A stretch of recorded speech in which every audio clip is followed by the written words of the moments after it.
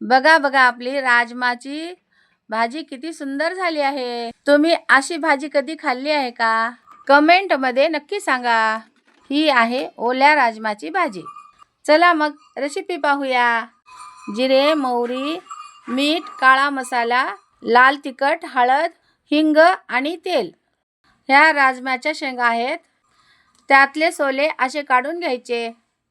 चला मग सगळ्या शेंगा सोलून घेऊ। ह्या शेंगा ओल्या आहेत म्हणून सोले पांढरे दिसत आहेत। शेंगा वाळल्यानंतर सोले लाल होतात। बघा किती छान दिसत आहेत सोले। हे अंदाजे 2 वाटी सोले आहेत। भाजीसाठी आपण 4 टोमॅटो घेतले, 4 कांदे घेतले, 10-12 लसणाच्या पाकळ्या घेतल्या आणि कोथिंबीर घेतली। टमाटे चिरले, मिक्सरच्या भांड्यामध्ये टाकून आपण प्युरी करून घेतली। कांदे चिरून घेतले। राजमा कुकरमध्ये टाकला। राजमावर 1 इंच पाणी टाकलं, मीठ टाकलं, 1 शिट्टी करून घेऊ। लसणाच्या पाकळ्या खिसणीवर किसून घेऊ। लसणाच्या पाकळ्या मिक्सरमध्ये काढायच्या नाहीत आणि ठेचूनही घ्यायच्या नाहीत। असं खिसणीवर खिसलेलं लसणाची चव वेगळी लागते। कुकरची 1 शिट्टी झाली, आपण गॅस बंद केला। इकडं गॅसवर कढई ठेवली, छोट्या 3 पळ्या तेल टाकलं।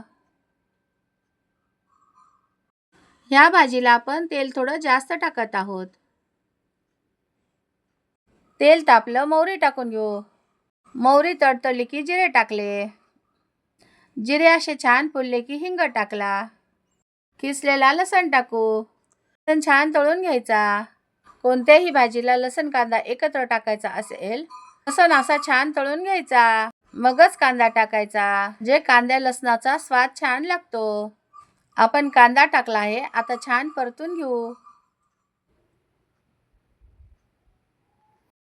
कांद्याचा रंग बदलला की टोमॅटोची प्युरी टाकून घ्यायची आणि छान मिक्स करून घेऊ। टोमॅटोचा कच्चेपणा जाईपर्यंत परतून घ्यायचं। तुम्हाला आमचे व्हिडिओ कसे वाटत आहेत ते नक्की सांगा। टोमॅटोची प्युरी छान परतली आहे। आता त्यामध्ये 1 छोटा चमचा हळद, 1.5 चमचा लाल तिखट, 1 चमचा काळा मसाला, चवीनुसार मीठ टाकून घेऊ आणि छान परतून घेऊ। छान तेल सुटेपर्यंत परतायचं। इकडे मसाला परतत आहे, तोपर्यंत आपण राजमा शिजला का बघू। कुकरची वाफ गेली आहे, झाकण काढून चेक करू। किती छान दिसत आहे। छान शिजला आहे बघा, मऊसूत शिजलेला आहे। थोडासा राजमा असा बाजूला काढून घेऊ। बघा आपल्या मसाल्याला किती छान तेल सुटलेलं आहे। मिक्स करून घेऊ। शिजलेला राजमा मसाल्यात टाकून घेऊ। छान प्रकारे मिक्स करून घेऊ। आपल्याला किती घट्ट पाहिजे किंवा पातळ पाहिजे यानुसार पाणी टाकू।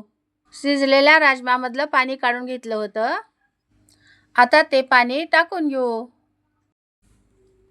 मिक्स करून घेऊ।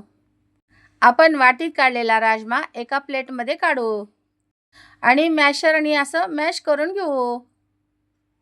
मॅश केलेला राजमा एका भांड्यात काढून दुसरं पाणी टाकू। हे मिक्स केलेलं बॅटर भाजीमध्ये टाकू, म्हणजे भाजीला दाटसरपणा येतो।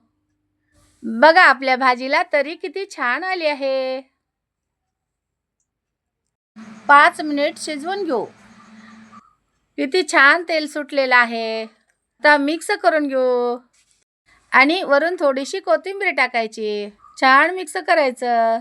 झाली आपली राजमाची भाजी तयार। या खायला मंडळी। व्हिडिओ आवडल्यास लाईक, शेअर, कमेंट, सबस्क्राईब करा।